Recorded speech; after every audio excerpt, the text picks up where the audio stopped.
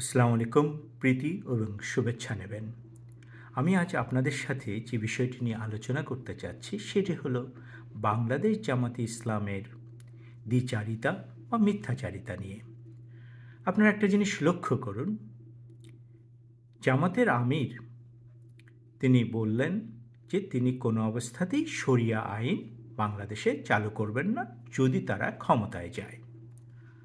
আবার আল জাজিরার সাথে ইন্টারভিউয়ের সময় তিনি এক প্রশ্নের জবাবে তিনি বললেন যে জামাতে ইসলামে কখনোই নারী নেতৃত্ব অর্থাৎ প্রধান নারী হতে পারবে না।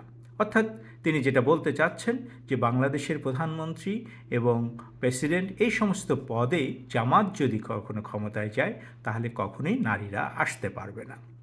অর্থাৎ ব্যাপারটা দাঁড়ালো কি, শরিয়া আইন চালু করবেন না, তার মানে বর্তমান যে সুদভিত্তিক অর্থনীতি, তার মানে বর্তমানে যে ব্রিটিশ ল ভিত্তিক আমাদের আইন ব্যবস্থাপনা, অর্থাৎ সব কিছুই ঠিক আছে, সেগুলো ইসলামের সাথে সাংঘর্ষিক হলেও কিন্তু শুধুমাত্র নারীর ক্ষমতায়নের ব্যাপারে তারা সাচ্চা মুসলমান।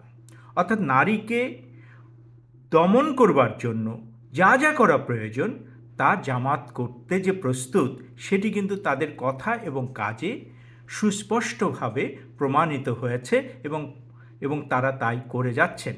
এবার সংসদ নির্বাচনে তারা একটি আসনও কিন্তু নারীকে দেননি, অথচ তারা বোরখা পরিয়ে অসংখ্য নারীকে গ্রামে গ্রামে পাঠাচ্ছেন তাদের ভোট সংগ্রহের জন্য।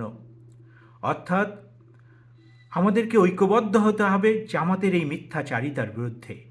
নারীর কল্যাণ, নারীর ক্ষমতায়ন এবং নারী যে আমাদের অর্থনীতির চাকা, সেটিকে যদি আমরা নষ্ট না করতে চাই তাহলে আমাদেরকে কঠোরভাবে জামাতের বিরুদ্ধে দাঁড়াতে হবে। তা না হলে বাংলাদেশের অস্তিত্ব সম্পূর্ণভাবে বিনষ্ট হয়ে যেতে পারে। প্রিয় বন্ধুরা, জামাতের এই মিথ্যাচারিতা, জামাতের এই দ্বিচারিতা সম্পর্কে আমাদেরকে সচেতন না হতে পারলে আমাদের রাষ্ট্র আফগানিস্তান অথবা ইরানের মতো হবে। আপনারা জানেন আফগানিস্তানে আজকে 4 ধরনের তারা মানুষের ক্যাটাগরি করেছে এবং এই 4 ক্যাটাগরির মানুষের জন্য আইন 4 ভাবে হবে।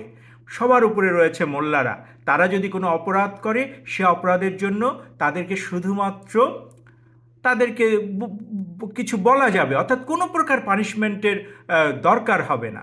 তাহলে এই ধরনের রাষ্ট্র ব্যবস্থা যদি আপনি না চান, যদি আপনি চান যে নারী এবং পুরুষের সকলের সমন্বয়ে গড়ে উঠছে যে বাংলাদেশ আজ গড়ে উঠেছে, সেই বাংলাদেশকে যদি আরও সামনের দিকে এগিয়ে নিয়ে যেতে চান তাহলে আমাদেরকে ঐক্যবদ্ধভাবে জামাতকে প্রতিহত করতে হবে। তা না হলে আমাদের দেশ ধ্বংস হয়ে যাবে। সবাইকে প্রীতি এবং শুভেচ্ছা জানিয়ে আমার এই বক্তব্যটি আপনারা আশা করি গুরুত্বের সাথে চিন্তা করবেন এবং এ নিয়ে ভাববেন। সবাইকে ধন্যবাদ।